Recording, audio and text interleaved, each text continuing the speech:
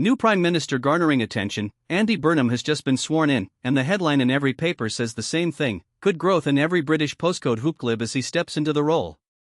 The New York Times quickly asked 5 economists and policy advisors, some of them speaking anonymously, about what his plans could really mean for the country.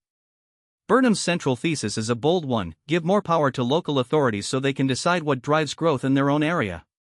He talks about the biggest change our country has seen in a lifetime of politics system. The idea is simple, but the details are still under construction. He also wants to bring more public utilities and services under state control, and his urgency over the high cost of living when people seem to be putting savings ahead, or rather behind, of a better future. The challenges for the new PM are no small list. Britain's debt remains stubbornly high, inflation is not backing down, and productivity growth has barely budged since the 2008 financial crash. His plans to do something about these symptoms run up against very real constraints. He can't afford to scare off international buyers of UK bonds, so he will keep a close eye on the rules set.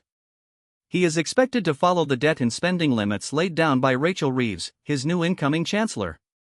This reinvention, to the extent that it is a rethink of London-centric policy, still has to chart a path between a pro-devolution agenda and an economy that still bears the weight of a decade of the decision to leave the European Union, the drag in trade and investment, and a tradition of low public backstop investment.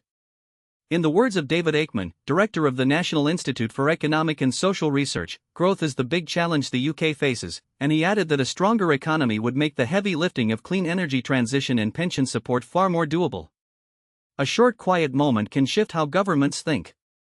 Burnham's colors come from the blue-gray cloak of the party that has promised a no new debt generation rule, a nod to customers on the bond market. He is trying to walk a line that keeps the debt under control while spreading the responsibility for trying to open up a new kind of retail, a new kind of generation. It's an old puzzle, but with new tools. He's proposing to check off old leverage points: devolution, public ownership, a careful check on cost of living, all while dealing with a legacy at the heart of the nation's economy, a lack of fast growth for over a decade and a split between global, pragmatic thinking and local, social engineering.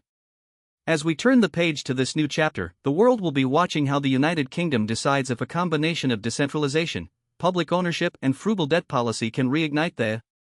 Thank you for listening. Stay tuned for updates on Burnham's public plans and the response of the UK's varied regions to his proposals. Goodbye for now.